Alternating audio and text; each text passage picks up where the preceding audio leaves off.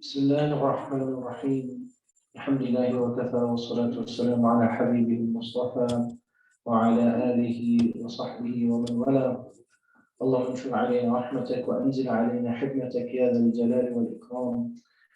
Inshallah, today we're going to talk about Surah Al-Adiyat, Surah Al-Qariyah, and Surah At-Takathur, which are three surahs out of a series of four. So the last time, I don't know, turn this volume off. It's a series of four surahs that started with Al-Zalzala, Al-Adiyat, Al-Qariyah, and Al-Takathur. So these four surahs, they all deal with the afterlife, Yawm al-Qiyamah, and with the judgment in particular. And two of these surahs are dealing with the topic of judgment, which is a little bit different, because we've been mentioning a few surahs that deal with the idea about the afterlife, and especially the dealing with the events and the occurrences that will happen on Yawm al-Qiyamah, on the day of resurrection itself. So for example, the last surah which we had done last week was Al-Zalzala. So this is this one catastrophic event in which the earth is going to shake. So I'm technologically challenged here. I don't think there's any way to stop the volume. Where Allah says, Inna zalzalat as-sa'ati shay'un 'azim. So in the beginning of Surah Al-Hajj, Allah talks about the shaking of the last day. And then Surah Al-Zalzala, Allah also mentions, إِذَا زُلْزِلَتِ الْأَرْضُ زِلْزَالَهَا.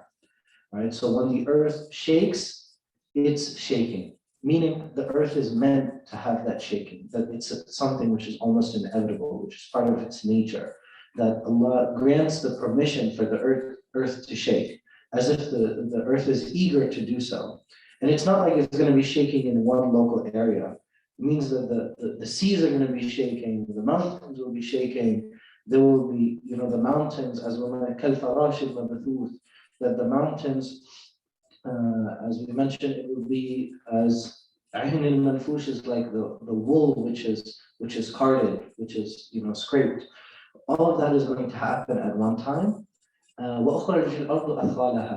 so all of the contents of the earth will be revealed, and they will be made apparent, they will be brought forward. Now that was Surah Al-Zalzala. Now in Surah Al-Adiyat, Allah subhanahu wa ta'ala talks about the reasons why that's going to happen. So it justifies the events that were talked about in the prior surah. And why is it that we know about the future events that are going to happen, but we don't change our present condition, right, as a result of it?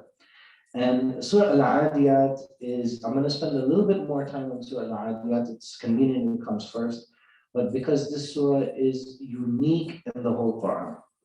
It's very unique because it fits. The Qur'an is not like it's not prose, it's not the literature or the stories that Arabs were used to. So for example, prior to Islam, they were used to storytelling. There were certain ancient stories. People, they know Alf Layla wa Layla, which came in the Abbasid time. People know Majnun Layla, which it's a mixture of Farsi and Arab tales, right? Which Dr. Tariq talked about last time on Tuesday. So all of these stories, and there were lots of others. There was the poetry of Anta. So you have lots of stories. So there's prose that people were used to, which is mostly stories, but you can call it like literature. And then there's shi'r, right, which is poetry.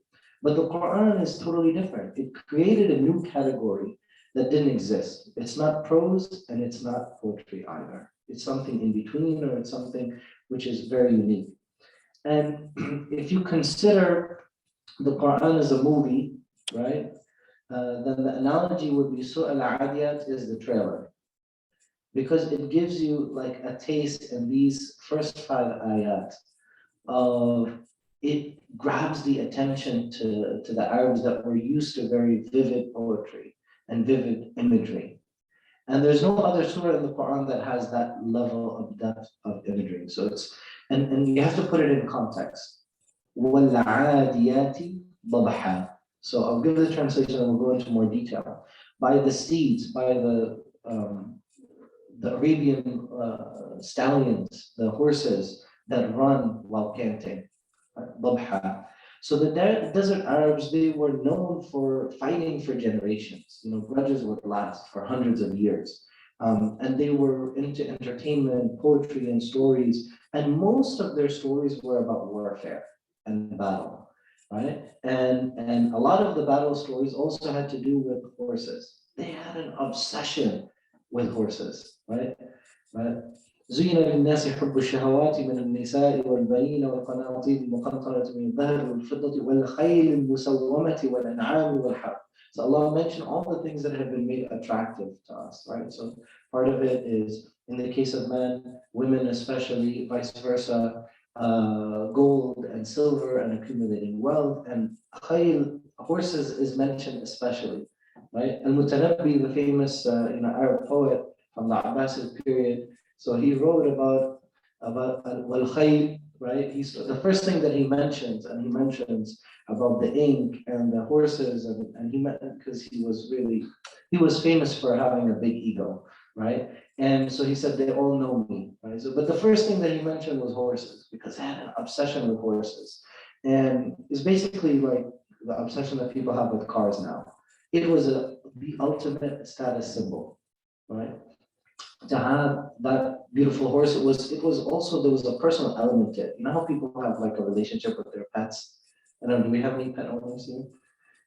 So some people, they have like, their pet is like part of their family, right? And like they almost have a human relationship where it's like at the end of the day, you like share with your pet how things are going. Some people that they're more worried about their pet than their family members or their spouses. As a lawyer, I remember, doing a lot of pet trusts. And that's a very interesting field. I had a client that wanted to set up a pet trust for $1 million a year. And I had to have this conversation. I said, I'm pretty sure this is not going to be valid because a pet doesn't need $1 million a year. You're going to run out of ways to spend it, right? So it's going to end up being, it can be challenged by others that it's excessive, it should be reduced, which in there are ways you can protect that. But it shows that relationship which people had, and that was very common among the Arabians. And out of all of those horses which they loved and they were obsessed with, the battle horses were the most beloved to them. And the battlefield was also the object of like a lot of poetry, a lot of literature, a lot of stories. And those battle horses in the battlefield was like the object of their interest, right? And so here, the first word which is mentioned is, and it's 5 verses, and each one is an oath, right? These are all aqsam. So Allah says, وَالْعَادِيَاتِ. This is the very first word. So as soon as they heard al-adiyat, right, which comes from the word adu, which means enemy or animosity, and adi, if it wasn't the context of horses, normally adi would mean someone who is running in battle while facing an enemy. But the adi is the aggressor. So that's the person, that's not the person who's defending. The adi is the one who is attacking and is involved in an ambush and moving at great speed, and they're doing so out of that animosity, right? So somebody who is attacking, somebody who's an enemy, running towards the enemy, and you can imagine somebody who's like charging forward, they're not looking to their right, not looking to their left or in any other direction. The only thing that they're fixated on is making that attack. But because it's in the feminine form, so it's implied and it's understood that this is not talking about people, but rather it's talking about those warrior horses, right? Because the horses are feminine. And it shows that this is somebody who's ready for warfare, for pillaging, ready to launch an attack. And so it seems initially in the surah that Allah is talking about this in glowing terms, right? It seems like it's a positive thing. Because in their culture, this was regarded as a very positive thing. He's taking oath by it, which means that it seems like it's something which is positive. They're racing forward with this animosity and definitely is getting the attention. Anyone who hears this verse in Arabia is definitely listening. Whether they don't want to hear about Allah, they don't want to hear about Ibrahim, they don't want to hear about the Kaaba, but they hear about racing horses, they're like, okay, sign me up. Now they're listening. right? So it's like I mentioned before, it's just like hearing a movie, and getting this headliner that there's a supercar, there's this amazing war horse. So everybody's listening about Al-Adiyat. And as you mentioned, it's talking about female horses. So why female horses? Wal-Adiyat. It's because for the Arabs, just like the female camel was the most prized, the female horse was also the most prized. And the main reason for that is because the female horse is the fastest, right? I don't know if we have any. I know Sheikh Abdullah Al-Khulti, a lot of you may not know, but he's an expert in horses. And he's very good, so we can ask him, inshallah, because I don't know anything about horses. But what I know is that the female horses are the fastest, and the mares, right, are the ones that were the most prized in the Arab culture, and especially those were the ones that were preferred, and they were prized by the Arabs for battle, right? So it's already like a supercar, and it's like this scenario in which you have to think of like this dramatic, this war horse that's like rushing through the desert with the sand going in every direction. So first it's a dabha, so you see like a zoomed in photo of like the horse racing. The dabha, it's panting. Dabha, it talks about the horse when it's galloping. So you think of a horse which is picking up more and more and more speed, galloping, because this is adiyat. So that means that these horses are in peak condition. So if it's panting, that means that it's going really, really fast, as fast as like top speed, and to the extent that you can hear the horse. And the word that's used is a ism fa'il, which is a active participle, right? So as we mentioned before, so you have kataba means to write. The person who writes it in Arabic, what's that called? You add an alif. How do we say writer?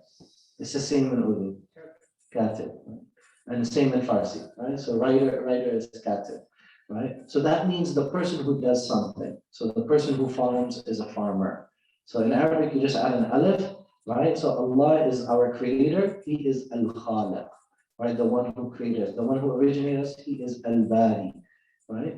And so you just add that alif, meaning that these horses were bred and designed and trained in preparation for battle. They're doing what they were meant to be, which is going to be important later. And the panting, dabha, it means that it's continuous and that the horse is not taking a break. Also, the word dabh, it originally is a word which is used and referred to wolves. And so wolves don't attack any animal which is as strong as them. This is from the nature of wolves, right? Even in English expressions, we talk about wolves that indicate that wolves always attack a prey which is weaker. So Allah choosing that word dabh is talking about these warrior horses. They're attacking prey which is less strong than itself, which indicates that they're preying on, it shows a lot of confidence that they're going after somebody who is much weaker. Then more detail is added. فَالْمُورِيَاتِ قَدْحًا. So فَالْمُورِيَات, it means that they are striking the ground, which is causing sparks to fly into the air. Literally like sparks of fire that are coming from the hooves of these horses. So again, the imagery is becoming more and more vivid. The ayah begins with fa, which is interesting because, so like in Surah At-Tin, Allah says, وَالتِّينِ وَالزَّيْتُونِ وَالطُّورِ سِينِينَ, وَالطُّورِ سِينِينَ, right? So Allah talks about two things, and they're connected. So because of that, the word, they're not connected, I'm sorry, they're separate things. So because of that, that wow appears. In Arabic, you have different kinds of wow. In English, like and is and, right? It's not different kinds of and. But here, it's wow, which is wow al-atf, which means and. So those are different discrete items. But here, Allah is still describing the same horse. And he's swearing by it. So what the word that we see is fa. فَالْمُورِيَاتِ, so. And then you translate in English, so. It's really hard to translate from Arabic into English, but it indicates that we're still talking about the same scene, right? And a wow, followed by a fa, that would show again that there's a continuation of the previous scene. So Allah subhanahu wa ta'ala, Allah وَالْعَادِيَاتِ ضَبْحًا فَالْمُورِيَاتِ قَدْحًا فَالْمُغِيرَاتِ صُبْحًا فَأَثَرْنَ بِهِ نَقْعًا فَوَسَطْنَ بِهِ جَمْعًا. What does this tell us about these 5 verses? How many scenes are in this trailer? How many? How many things is Allah swearing by? There are 5 aqsam, but how many scenarios are presented here?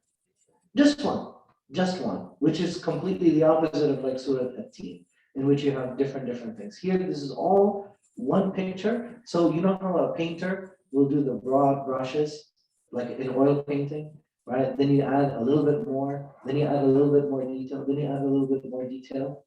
And this is like the height of balagha, right? So when you see these verses of the Quran, it shows you the highest level of the Arabic language that you'll see in the Quran. And this is because this is in the period of the Makki Quran, right? In the early period of Quran in which the target audience is the mushrikeen. And generally you'll see that the verses which are directed at the mushrikeen tend to be have the most depth of meaning and have the most complicated sentence structure. And that's because it's directed like in Surah Al-Baqarah, for example, you'll have simple, very simple verses. Yeah, كُتِبَ عَلَيْكُمُ الصِّيَامُ كَمَا كُتِبَ عَلَى الَّذِينَ مِنْ قَبْلِكُمْ. Yes, وَيَسْأَلُونَكَ عَنِ الْأَهِلَّةِ. There's a whole verses they ask you about, and then there's an answer. They ask you about the crescent moon. قُلْ هِيَ مَوَاقِيتُ لِلنَّاسِ. And each one says, وَيَسْأَلُونَكَ قُلْ وَيَسْأَلُونَكَ قُلْ. Very simple, right? Even kids can understand it easily. And this is like the complete opposite in terms of rhetoric within the Quran. And that's because the depth of meaning, they're starting from a blank slate in order to introduce Islam to people who don't believe in it and even physically have put things in their ear. وَلَا مُسْتَكْبِرًا كَأَن لَّمْ يَسْمَعْهَا. They will turn away as if they didn't hear it. كَأَنَّ فِي أُذُنَيْهِ وَقْرًا. As if their ears in it is hollowness. Right? Even there are people who used to plug their ears. One rabbi, he used to plug his ears, avoiding to hear the Quran from the Prophet. And one day he's embarrassed. He's like, I'm an educated person. Why am I doing this? Right? So why don't I? As soon as he removed it and he heard the Prophet teaching, then he's like, okay, this must be the truth. But they were so afraid of hearing the truth from the Prophet and accepting Islam that they had to block it out. They didn't want to hear it. They didn't want to open their minds and they didn't want to open their hearts. So all of this is the same. See, فَالْمُورِيَاتِ. Again, this is ism fa'al. You see that meme? So sometimes when the word has more than 3 letters, if it has 4 letters or 5 letters, you're going to put a meme before. So for example, what is a person who does Islam? What's that called? That's a Muslim, right? A person who has Iman is a mu'min. So this is how you get an ism fa'il, active participle. And this is very unique about Islam. It's not related to the tafsir, but let's mention it. All other religions are named after a person or a people, right? Christianity is named after Jesus Christ. Buddhism is named after Buddha. Confucianism, right? Taoism, Hinduism is named after a group of people, right? Hindu. Judaism is named after Judea, who are the descendants of Ishaq, alayhi salam, so on and so forth. Islam, I hope it's true. I've been saying it for like 15 years. No one's challenged me yet, alhamdulillah. So Islam is the only religion, but there's like hundreds of religions I've never heard of, so I could be wrong. But Islam is the only religion which is named after something which you do, right? You do Islam, right? So, and we know that from the hadith of Jibreel as well, أخبرني عن Islam, right? That's a longer conversation. So because of that, Muslim is a person who does Islam, who lives by Islam. Right? And that meme is an ism fa'il, an active participle. So here it's interesting. The reason I mention all of that is because muriyati, which is in the feminine plural, it describes the same team of warrior horses. It comes from a word that means that every time something strikes the ground or strikes something which is very solid, sparks start to fly into the air. Right? So again, very vivid. When 2 things are rubbing, typically it's used to describe flint, when somebody is starting a fire.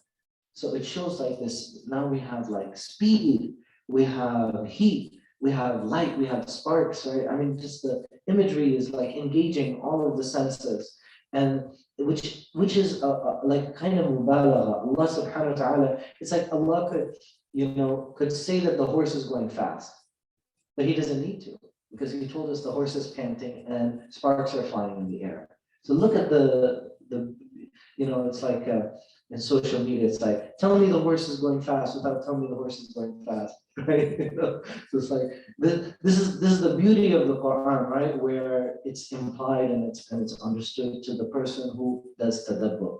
Deep, أَفَلَا يَتَدَبَّرُونَ الْقُرْآنَ, right? Do they not do deep reflection and tafakkur, understanding, contemplation with the Quran? So it's showing this intensity, that it's a violent strike, that it's very loud. It shows that there's this thunderous noise and sound every time the horse hits the ground.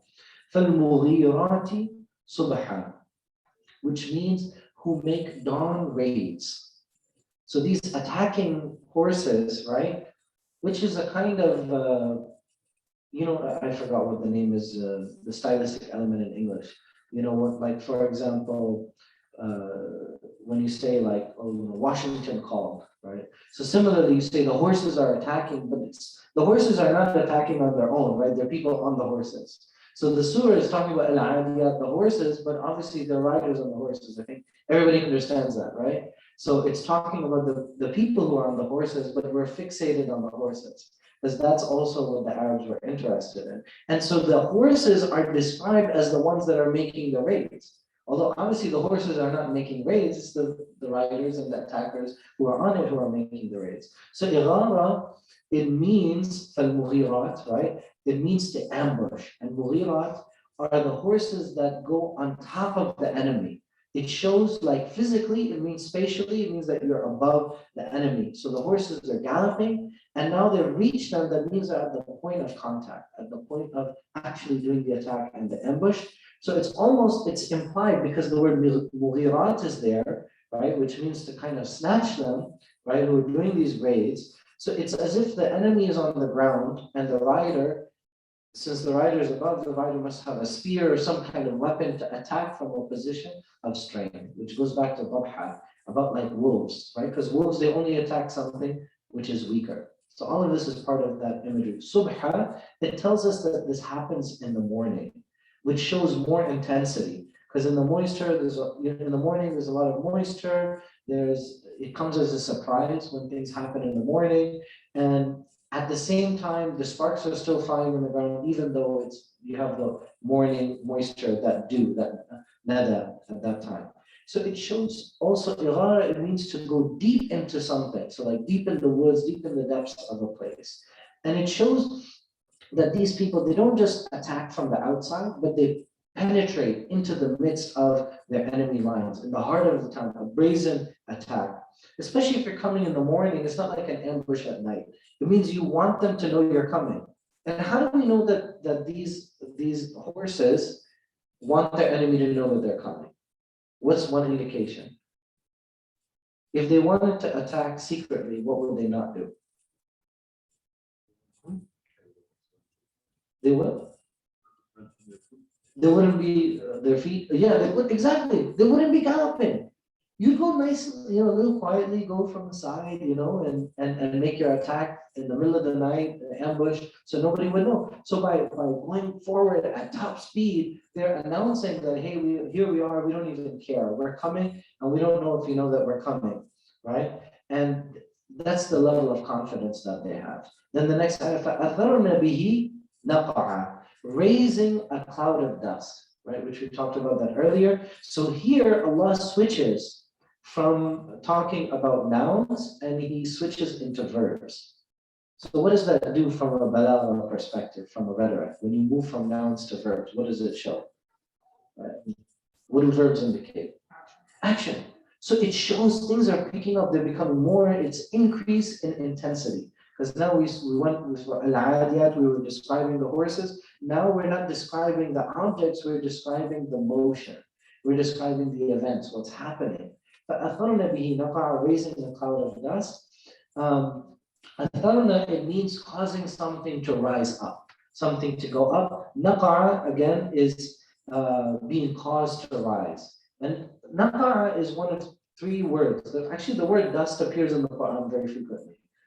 There's certain words which, for one reason or another, appear in the Quran. Naqa'a, it's for something which is traveling very fast, like a car or a horse that causes dust to go up. Even in English, we have expressions about leave somebody kind of, in your dust, right? Especially for cars. So in the Arabic, naqa'a is the word that you use. That's the equivalent. So it's also a kind of rhetoric showing an indication that the horse must be going so fast because all this dust is happening. فَأَثَرْنَ بِهِ. So bihi, it means that you can't even see your enemy because they're surrounded. فَأَثَرْنَ بِهِ نَقَعَ means that they are covered in dust, meaning the enemy is also covered in dust, right? So they're coming in this cloud of dust would be a good way to describe it. And it's in the morning, everything's moist, it's conducive to being unsettled. The battle is intense, the dust is rising anyway. Probably it's implied that it's because of the striking of the hooves, which is causing the dust to rise up. That's the most logical. Abu Ubaidah, radiallahu anhu, he had the opinion that naqa'a means to raise the voice, which I think this is actually a very appealing opinion. He said this is connected because when you're lost in a cloud of dust, so he's saying that you can't see, and then as soon as you can't see, what do you start doing? I can't see. You start speaking because you can't see each other. So what do you start doing? You raise your voice. I can't see anything. What do you see? Do you see anything? Right? So then everybody, indicates a sense of panic. So everybody starts raising their voice, which intensifies the scene even more. And all you hear are the screams of each other. Then finally, the fifth verse that completes the set. فَوَسَطْنَ بِهِ جَمَعًا, and plunging in the midst of the enemy, meaning they penetrate right in the heart of something.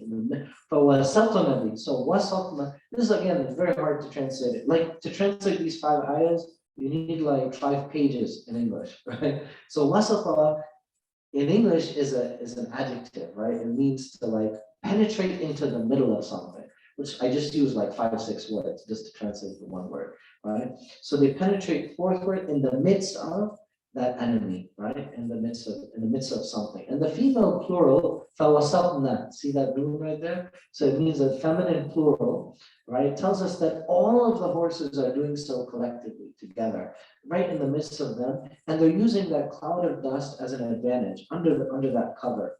And they're prepared to meet their attackers, right? And they're coming in formation, with, let's say, their spears are raised to defend themselves.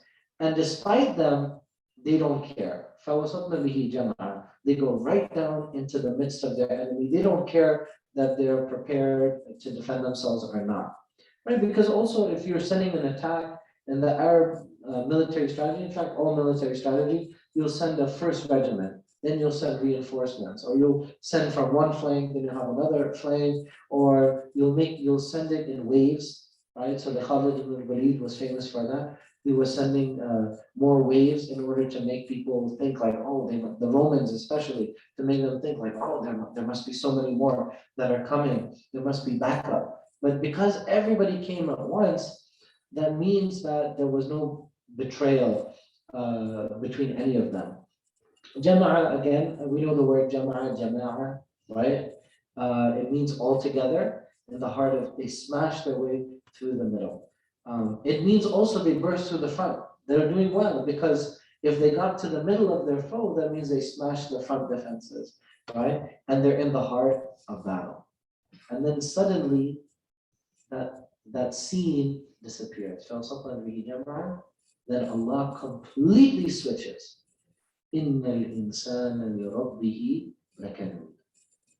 So what we have to solve before we can continue with the other surahs is, what is the connection?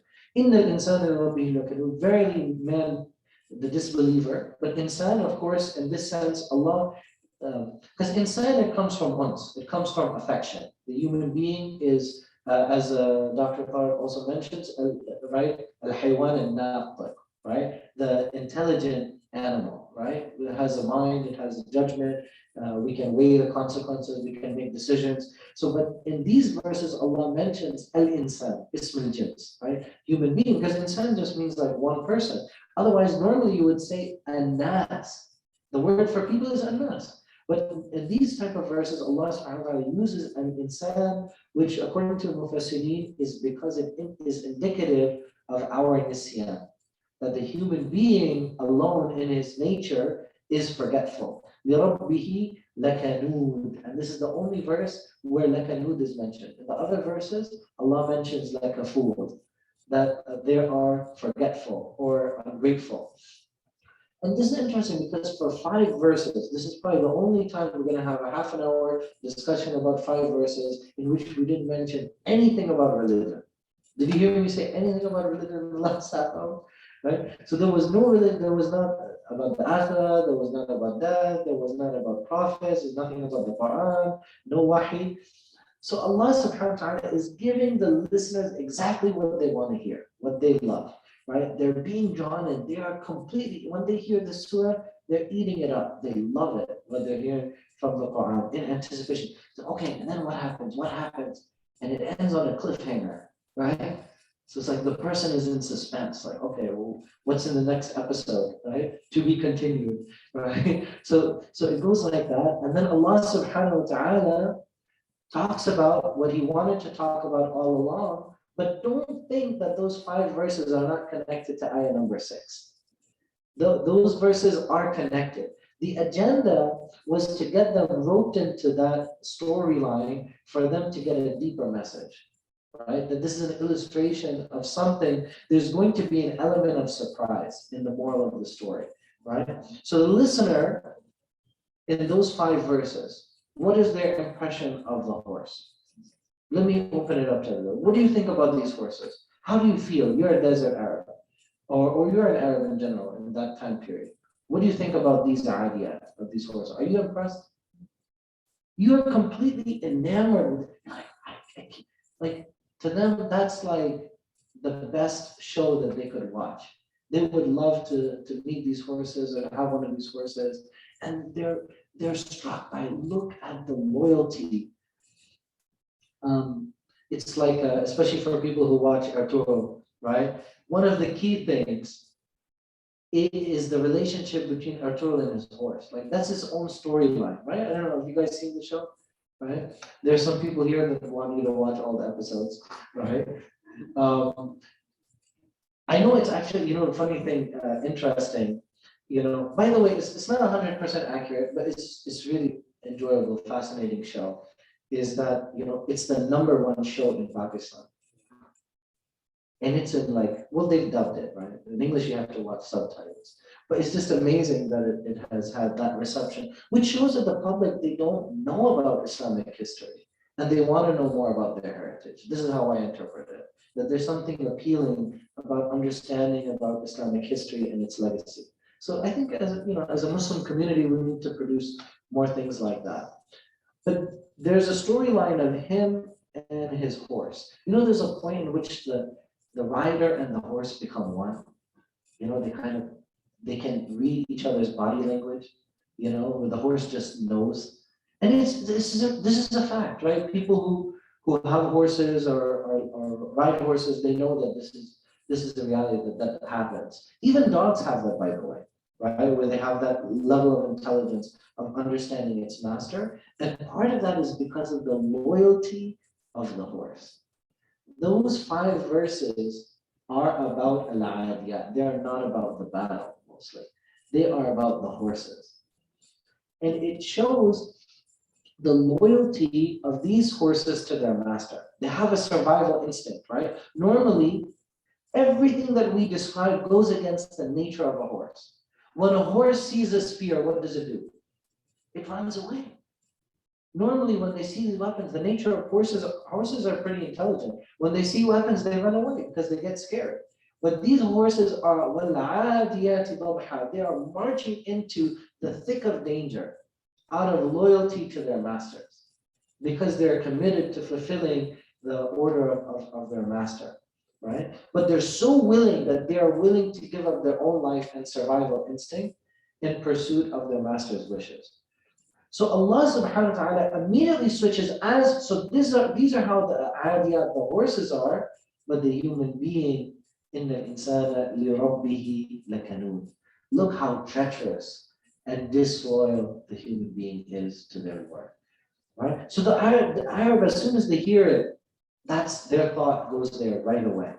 That we're disloyal. The Arab is amazed, right? Without realizing that I am also a slave myself.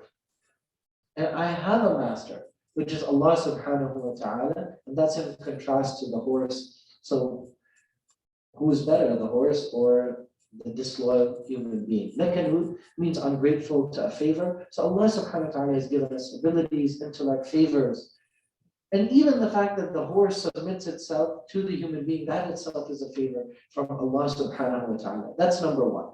The second important point is that Allah subhanahu wa ta'ala is indicating, from what we understand, the contradiction in their society of glorifying violence and disloyalty and basically criminal behavior.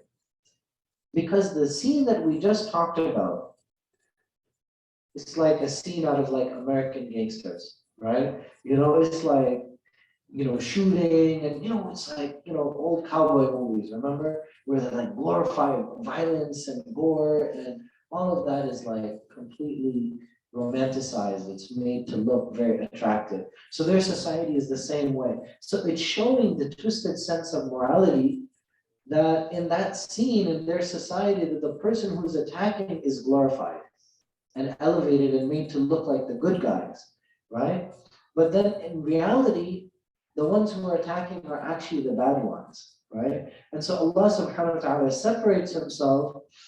So man separates himself from slavery to Allah subhanahu wa ta'ala, but the horse doesn't separate itself from its rider. And then Allah says, وَإِنَّهُ عَلَى ذَلِكَ لَشَهِيدٌ, that he is witness to them. So it could mean man is witness to it. It could mean, that's the most convincing, is that it's talking about the human being. وَإِنَّهُ لِحُبِّ الْخَيْرِ لَشَدِيدٌ.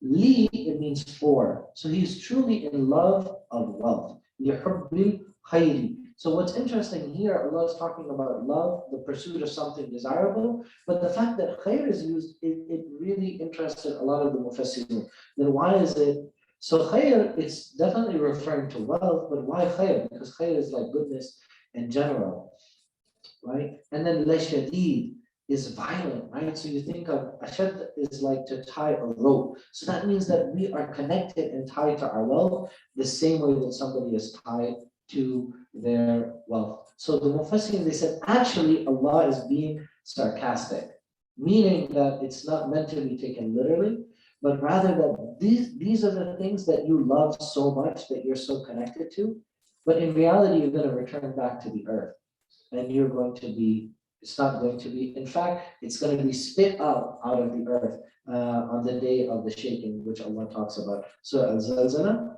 And then Allah mentioned, أَفَلَا يَعْلَمُ إِذَا بُعْثِرَ مَا فِي الْقُبُورِ.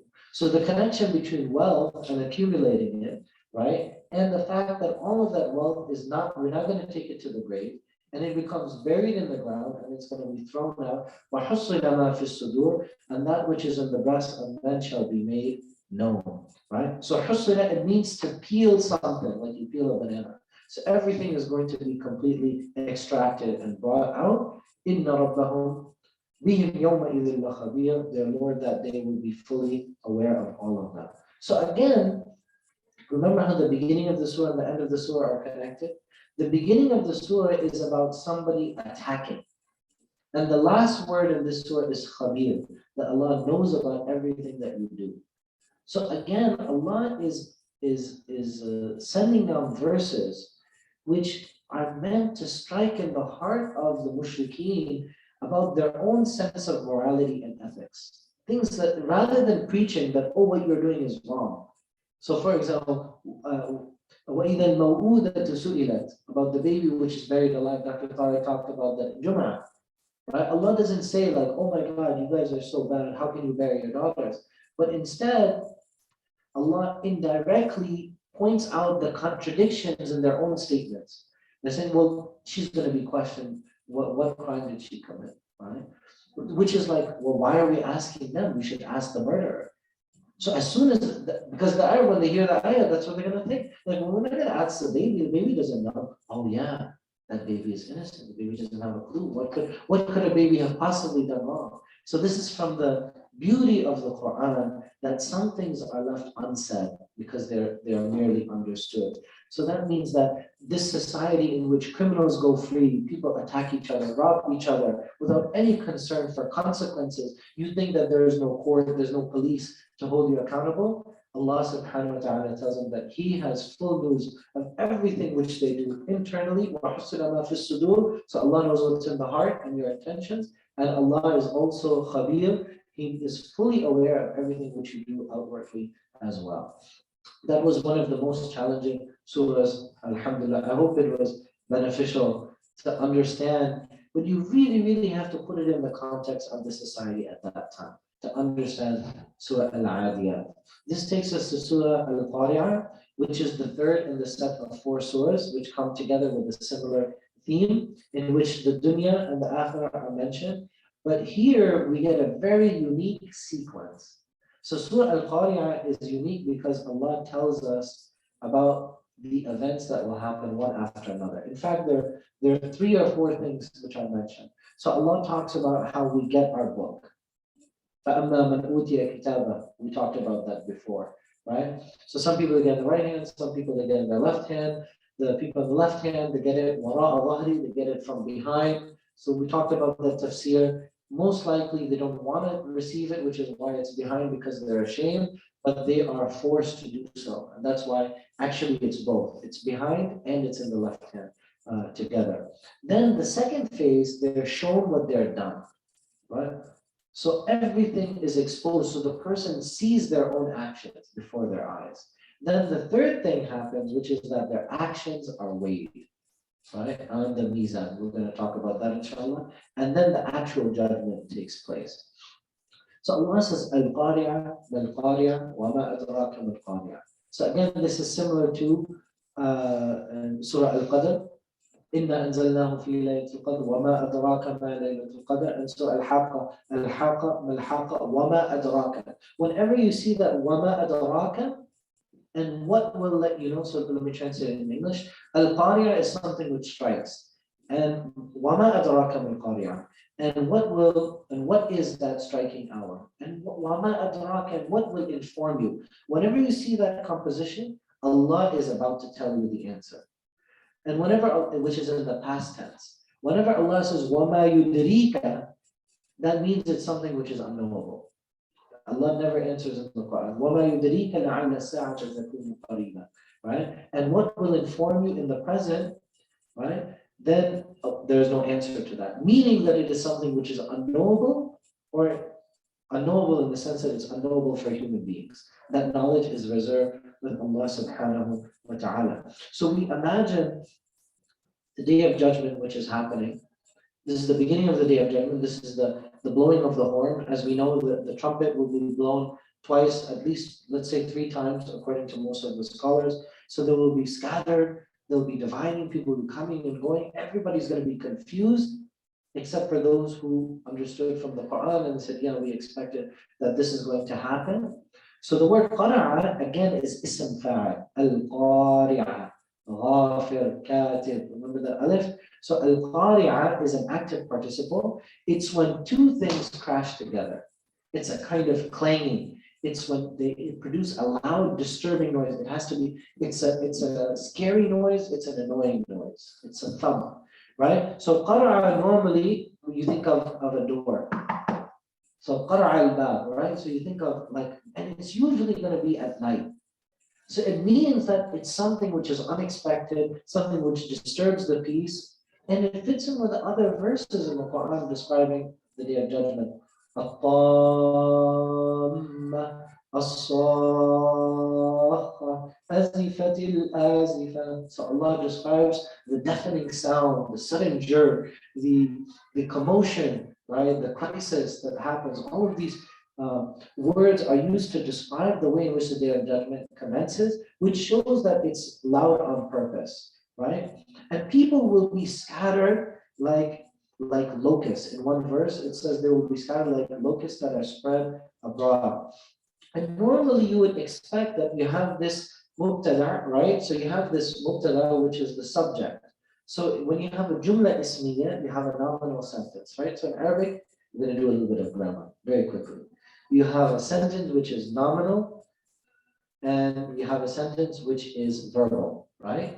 So a jumla ismiya is like Ahmed, right? Is courageous, right? So that's a nominal sentence, right? A verbal sentence is has a verb in it, right?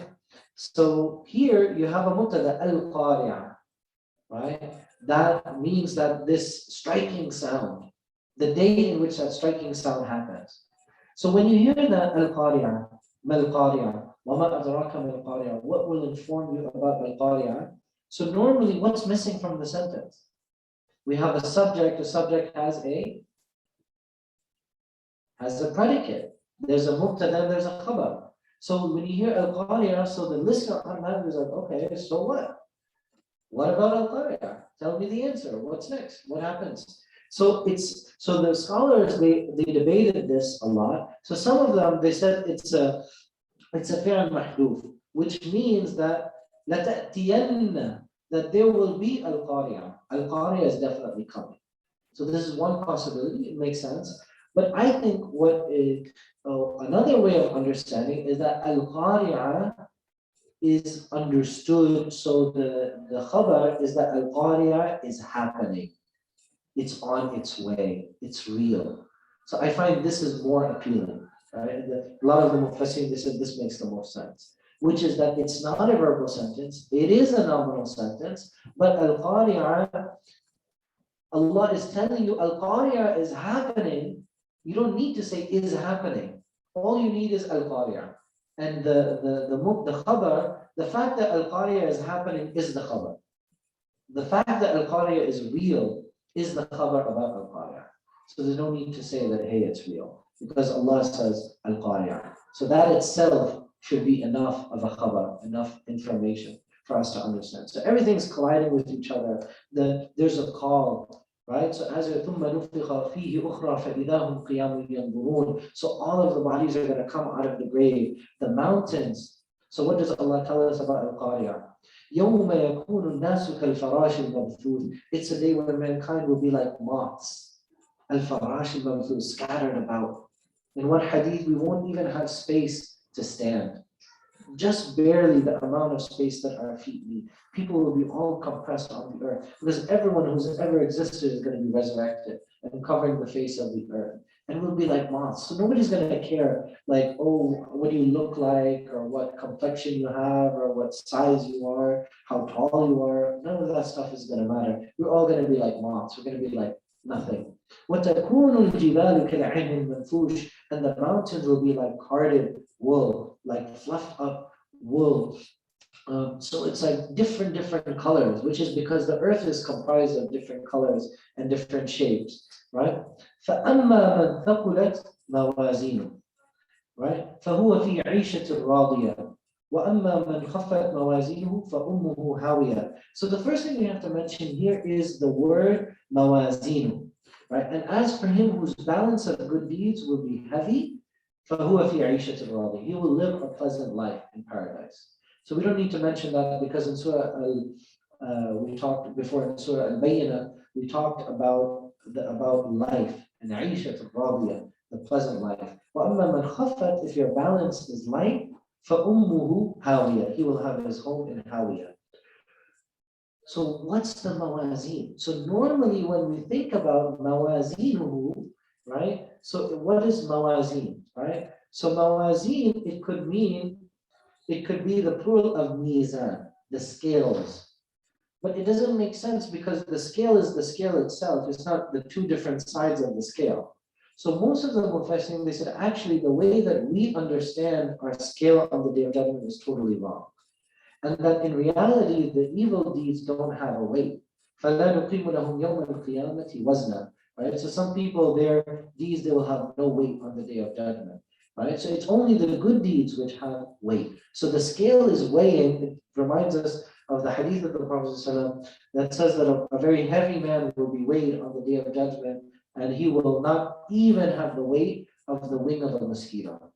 Right? So meaning that the person doesn't have any good deeds to present. So a lot of the Mufassirin, they said this is actually the proper understanding. So it could be the deeds which are being weighed, and the other one, it could be the scales of about mawazin, right? If it's the plural of mawazin, then it means the two different sides. So then it's talking about the good deeds and it's talking about the bad deeds, but then it doesn't make sense. Are we only talking about the scale of the good deeds?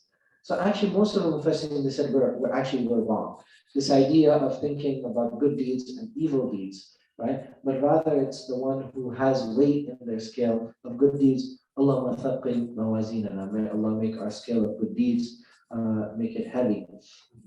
So that's self-explanatory. فَأُمُّهُ هَاوِيَةٌ. This ayah requires explanation. He will have his home in Hawiyah. So this expression has captivated a lot of interest. فَأُمُّهُ. His mother will be Hawiyah. So in English it says his home is Hawiyah. So you lose like all of the context and the understanding in the translation. But literally it means, so according to a lot of Ibn Abbas and a lot of the Sahaba, فَأُمُّهُ هَاوِيَةٌ, it means his brain. It means that the person is going to jump into the pit of the hellfire head first, right? And it will start with their head and start with their brain, and also the brain is also like the person who's dragged from his forelocks, because this is the place of judgment. So it only makes sense, and also the face is the most noble part of the person. So it makes sense that the face will enter into the hellfire first, and they will fall into it onto their heads. Other people, they said it's mother because it means like that's where they belong. It's like you miss like people who say like the house of their mother, it's like their Micah. It's like they go back to like, in certain cultures, like going back to their mother's home. It's like, it feels like you're returning. Ibn Jarir al-Tabari, he said that al-Hawiyah, it means that the person doesn't have anywhere else that they belong except for the hellfire.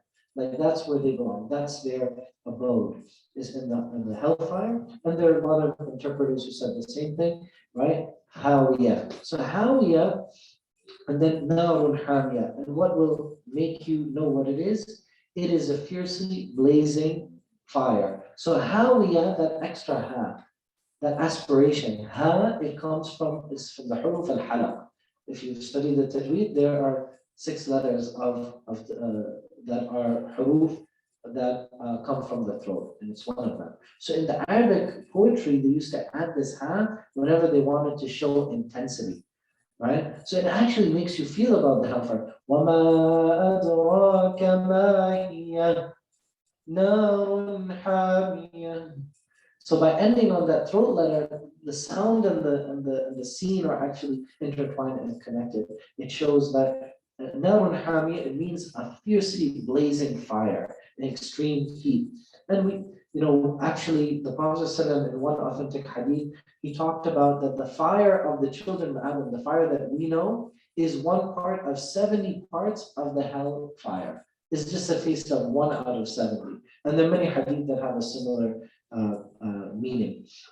So Hawiyah, this word we have to talk about. Hawiyah, it means it's connected with birds of prey. So you think of like a vulture. You see how like birds, they'll fly very high, and then how do they attack? They come from really high, and then what do? They dive down. That was beautiful. That was a great word. So they dive down to attack, but are they falling at the speed of gravity?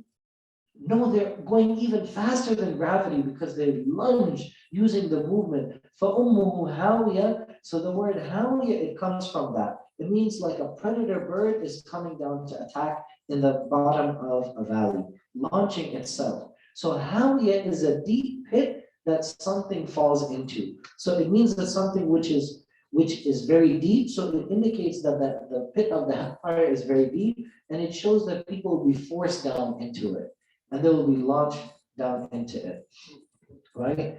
And it also shows, that the person will be thrown into the hellfire, right? So it shows the kind of movement. وَمَا أَدْرَاكِ مَا هِيَ نَارٌ حَامِيَةٌ, a fiercely blazing fire. Inshallah, I think the best thing is, rather than rushing the tafsir of Surah At-Takathur, we'll postpone that for next week, inshallah, and we'll use the time that we have to open for questions, inshallah. So we have the Zoom as well, so we'll take questions from here as well as the Zoom.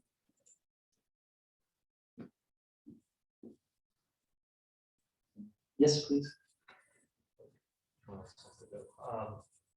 So I don't know, the way that I kind of not interpret, but kind of understand from this verse is like, it kind of relates to what Dr. Clark was talking about this afternoon, about the mirror and how it kind of like reflects what you show, and you know, like what you have on the inside kind of reflects in your outward actions. Yes. And I kind of want to touch a little bit on the Halaqa part, because like with the metaphor of the mother, right?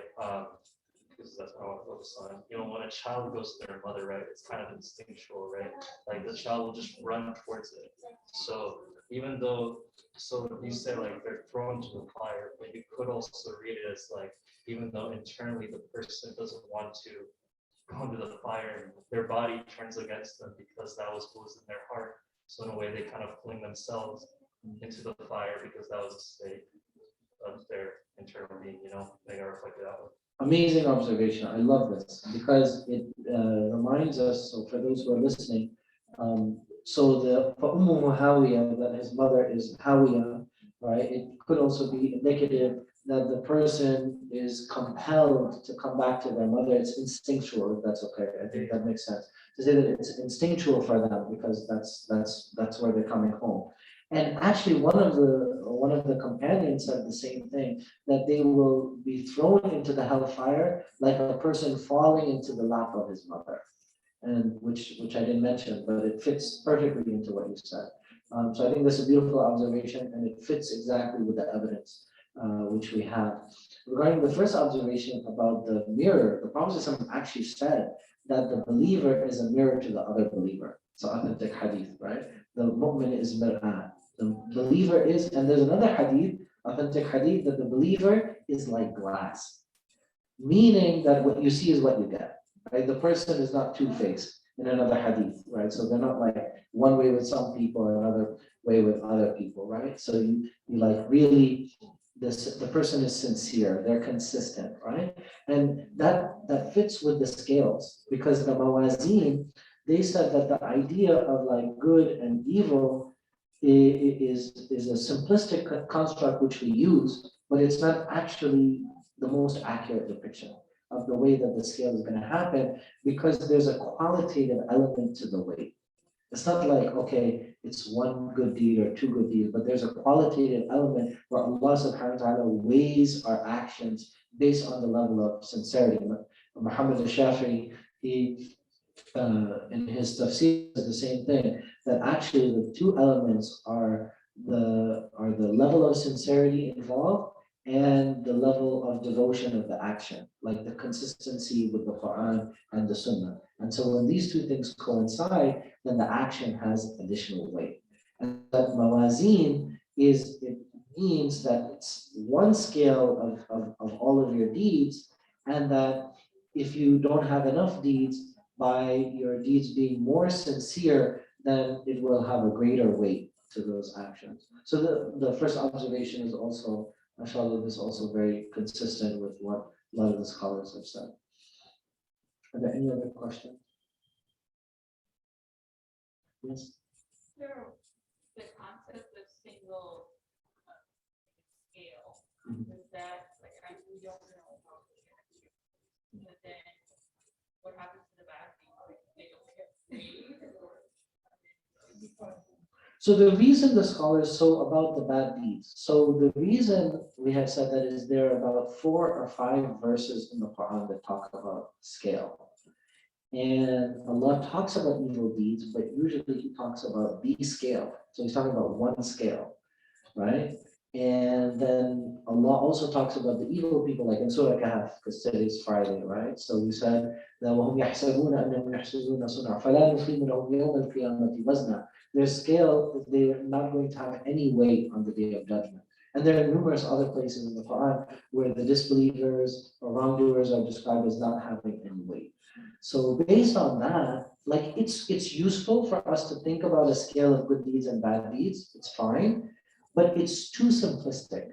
it's actually not the most accurate depiction, because it's like, yes, it's like if you have good deeds more than evil deeds, but the way that Allah subhanahu wa ta'ala weighs things is so perfect that it's the single scale is actually like, in the past people would have no concept, because I mean, a lot of you guys are immigrants, right? You've seen the scales when you go to buy food or you buy vegetables, right? You know, I lived in Egypt and Syria for a while, right? And you know, they put the 1 kilo on one side and they put the tomatoes on the other side, right? And when it balances, then you know, and then they throw things really fast so you don't notice you're getting through less, right? And then you buy your tomatoes, right?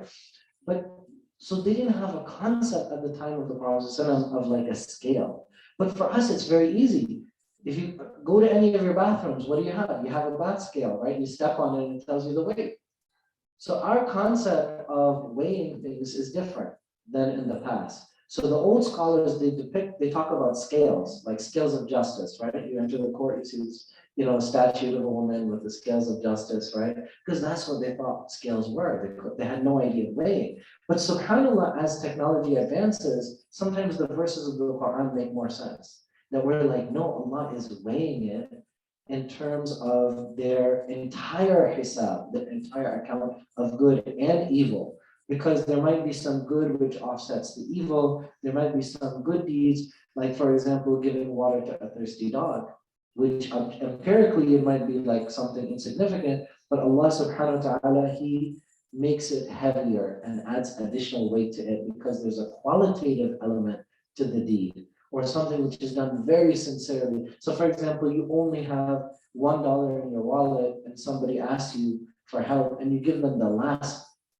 dollar which you have, right? So, you know, in the scale, you know, you might think, well, it's only $1, but with Allah, it has a lot of weight. And so Allah enriches that weight.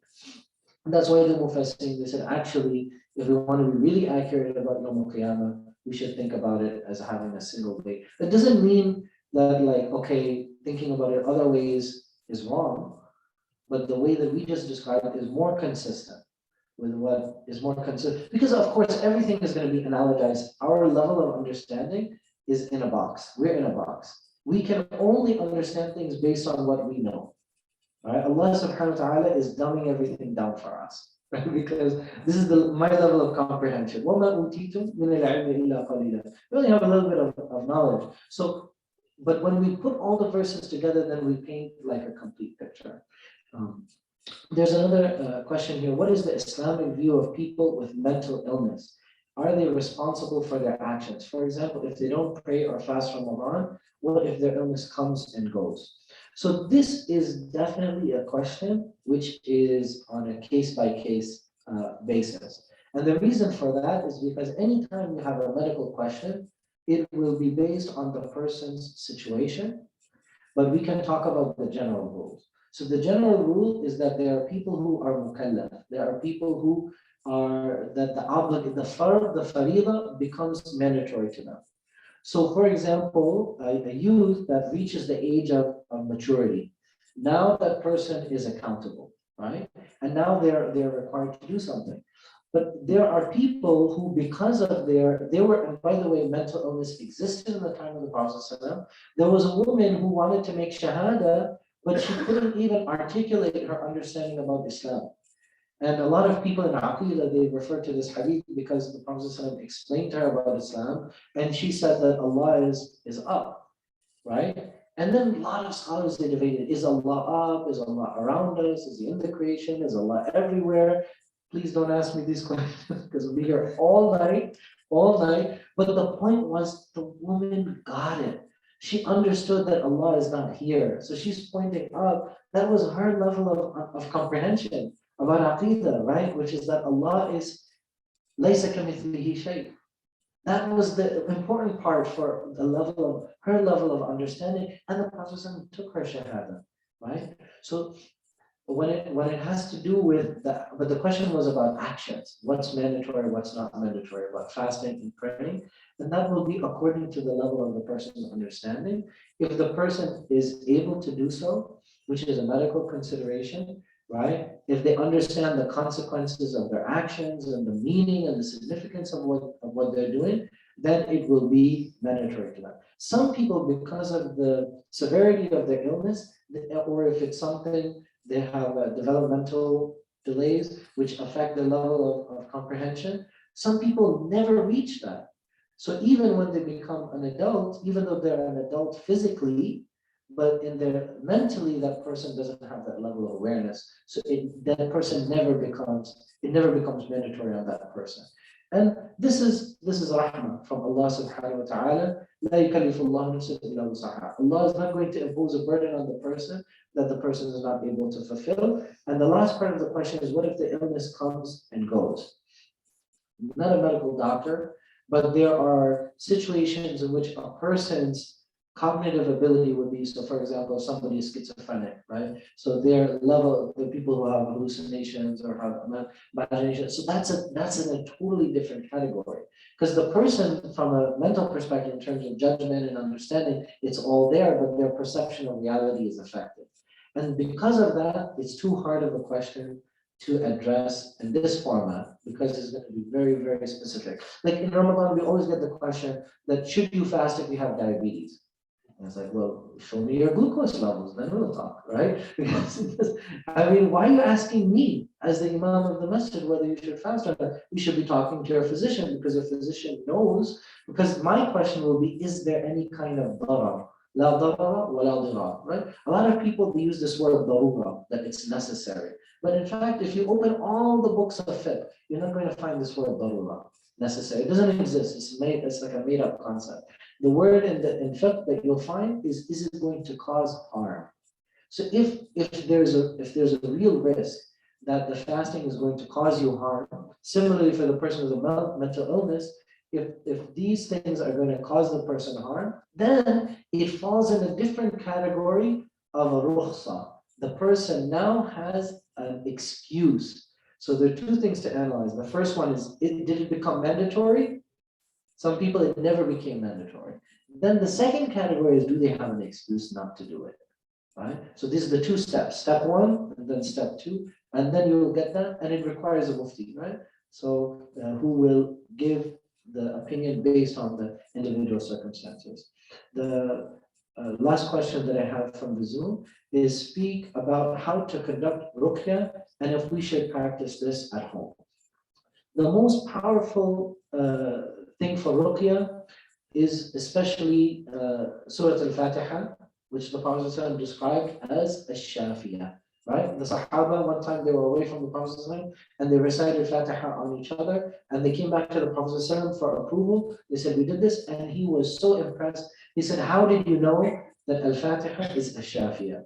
And he praised it, and that's an encouragement from the Prophet ﷺ. Ruqya is healing through the Qur'an, for those who are familiar with the term. Surah Al-Baqarah as well. It's a protection from al-ayn, from nazar in some cultures, from the evil eye, protection from sihr, from the effect of magic. In many cases, some people, they describe sihr because there's a taboo about mental disease, right? So they will avoid seeking a psychiatrist, they will avoid, consulting with their doctor because, oh, no, it's black magic. Because when this happened to me 10, 20 years ago, so this is why it's happening. And so we should seek out the same way when you have a fever, you're going to take a fever reducer, you're going to take Tylenol, right? And you'll also do ruqya with the Qur'an. You'll also look for shifa with the Qur'an. So with mental disease and mental illness, we should approach it the same way. We should seek a medical solution, and we should also seek a spiritual solution in conjunction. These are not mutually exclusive. It doesn't mean if you take medicine, right, that you're not going to use the Quran. But ruqya, I strongly recommend people to do it, and you don't have to do it necessarily with the intention of ruqya. Just having the Quran itself is going to be fihi shifa. There is a healing property of the Quran which cannot be quantified. The last thing I'll mention about ruqya is how to do it. You can just recite it, or what you can do is there's authentic evidence from the Prophet that you can blow or you can wipe your body, right? So some people, they make dua or recite the Quran, or you can blow on the water.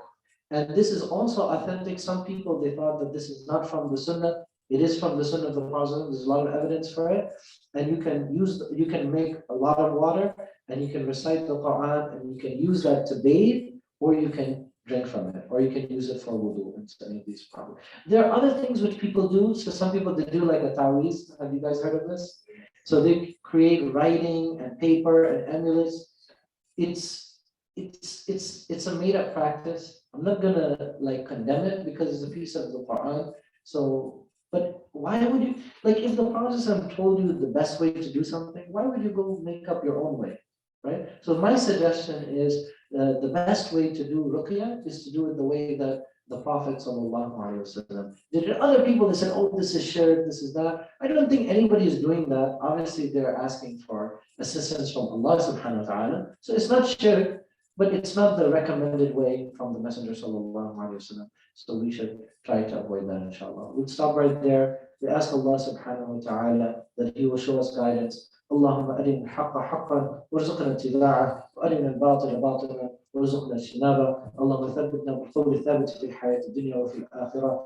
يا مقلب القلوب ثبت قلوبنا على دينك. يا مصرف القلوب صرف قلوبنا على طاعتك. ربنا تقبل منا إنك أنت السميع العليم وتب علينا يا مولانا إنك أنت التواب الرحيم برحمتك يا أرحم الراحمين. بارك الله فيكم.